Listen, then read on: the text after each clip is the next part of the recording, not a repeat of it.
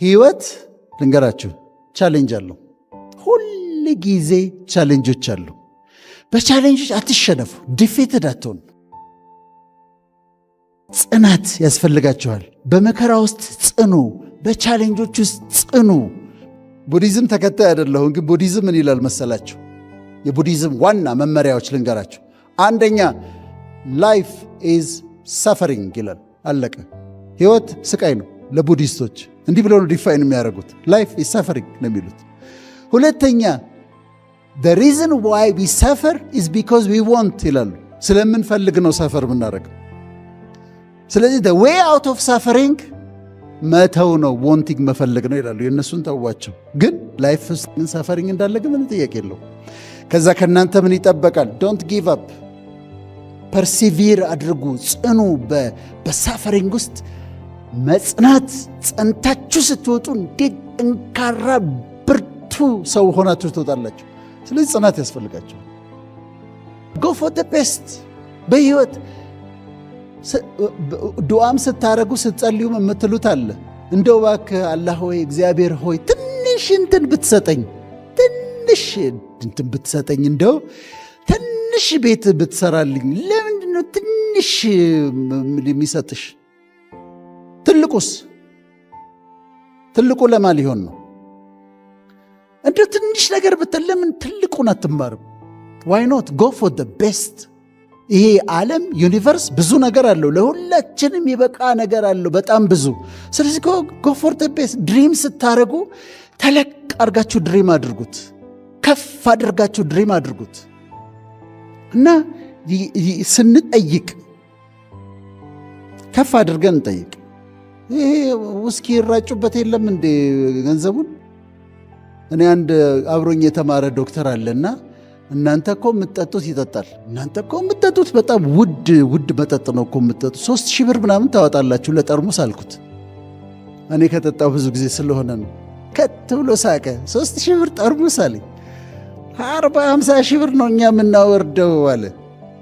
ታዲያ ለመጠጣት ምን ለማድረግ ለፈለጉት ነገር የሚያገኙት ከሆነ እዚህ ዩኒቨርስ ላይ ያለውን ሪሶርስ ለጥሩ ነገር አንተ ለምንድን ነው የማታገኘው? ስለዚህ ጎ ፎር ዘ ቤስት፣ ድሪም ቢግ።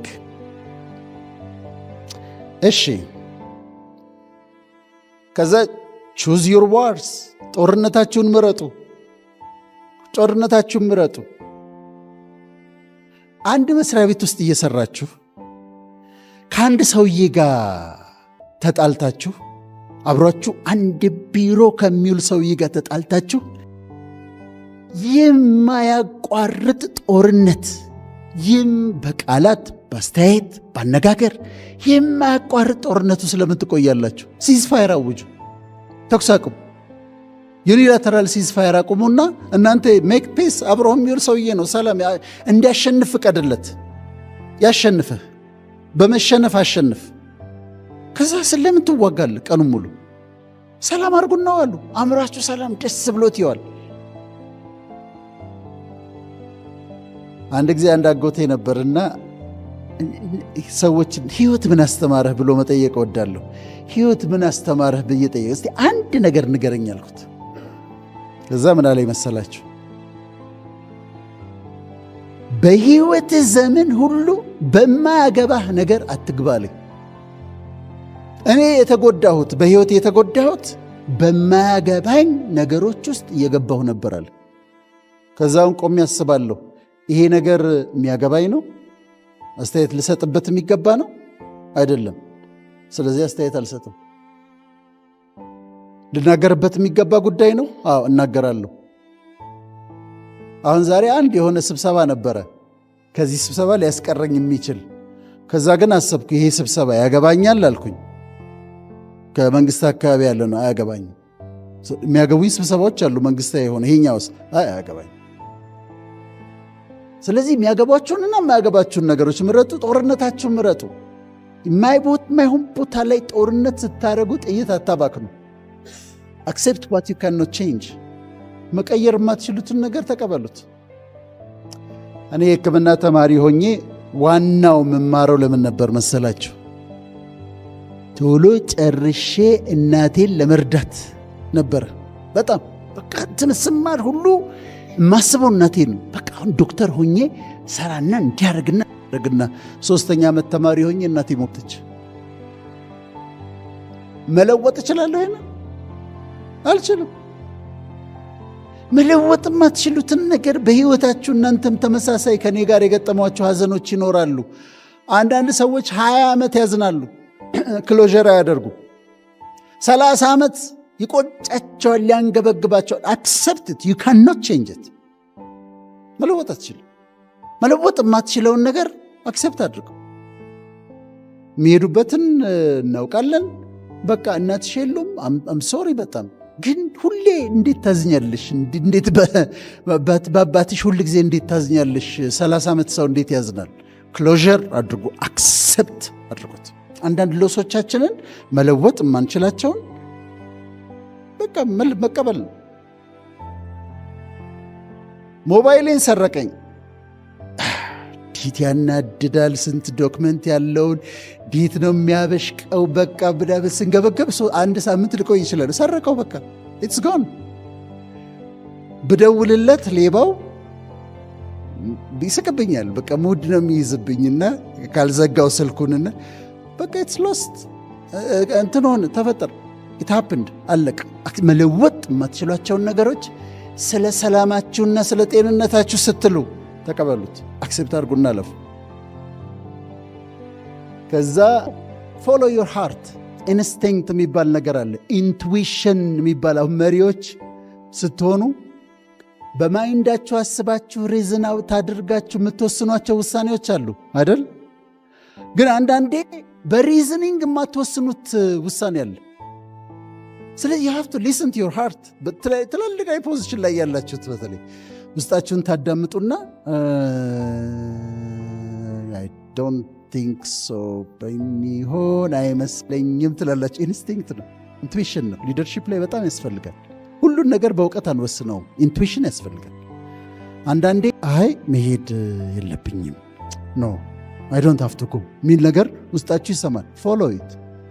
ለአንዳንድ ሰዎች የእግዚአብሔር ምሪት ነው፣ የመንፈስ ቅዱስ ምሪት ነው ለሚያምኑ። ሌሎች ደግሞ ኢንስቲንክት ነው። ኢንስቲንክት በጣም በጣም በጣም ኢምፖርታንት ነው እና ውስጥን ማዳመጥ፣ ጊዜ መውሰድ። አንዳንዴ ቁጭ በሉና ቴክ ታይም ብለ ካቶሊኮች ኮንቴምፕሌሽን ይሉታል። ኮንቴምፕሌሽን ይባላል በካቶሊሲዝም፣ በብሎ መቀመጥ። ሌሎች ደግሞ ትራንሰንደንታል ሜዲቴሽን ይሉታል፣ ቲኤም ይባላል። ዝም ብሎ ማሰብና ወደ ሰማይ ዝም ብሎ መሄድ እና ቴክ ታይም፣ ኳይት የሆነ ጊዜ፣ ፌስቡክ የማታዩበት፣ ዩቲዩብ የማይከፈትበት፣ ቴሌቪዥን ከማንም ጋር የማታወሩበት በቀን ውስጥ 10-15 ደቂቃ ትኖራችሁ እኔ ያለችኝ እና በጣም ሐሳባችሁ ኦርጋናይዝድ ይሆናል። ሪፍሬሽ ታደርጋላችሁ። እንደዛ ይሁን። ከዛ ደግሞ ፎሎ ዮር ሃርት።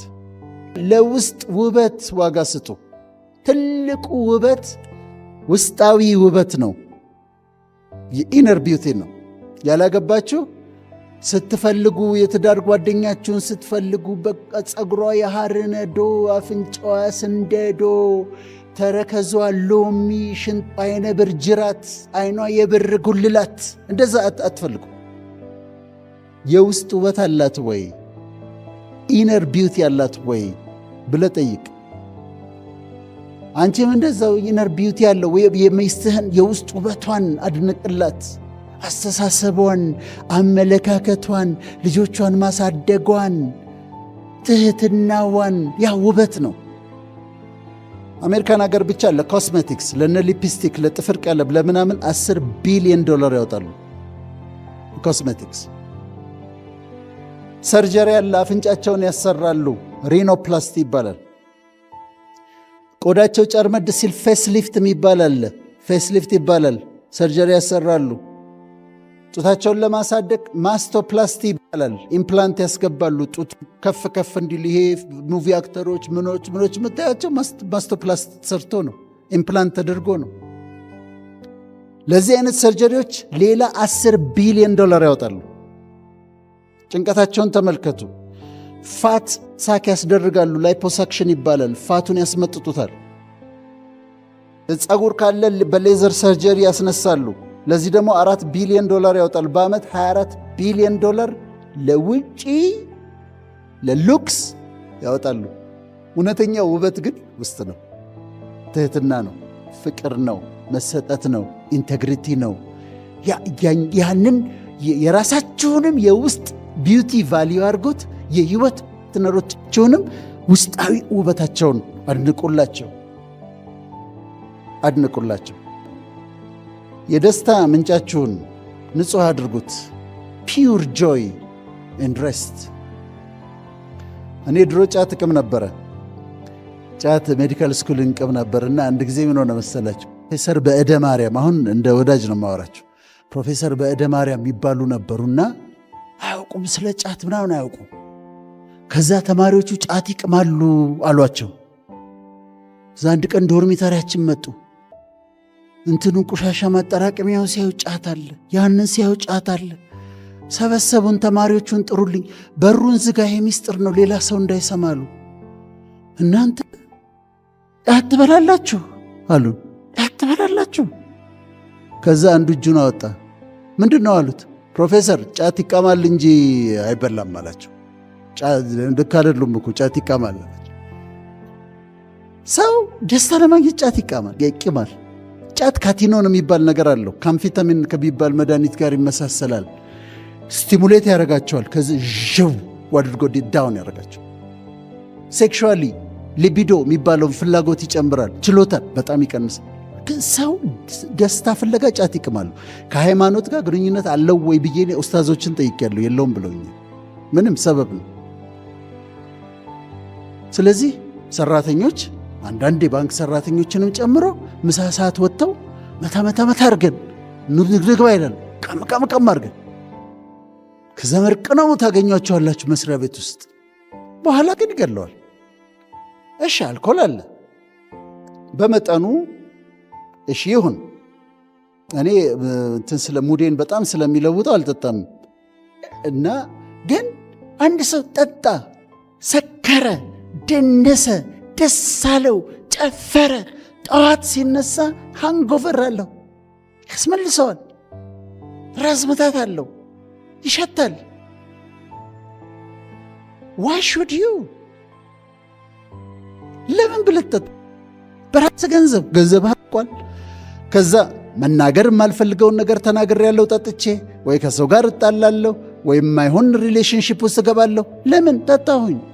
ለምን ጠጣለሁ?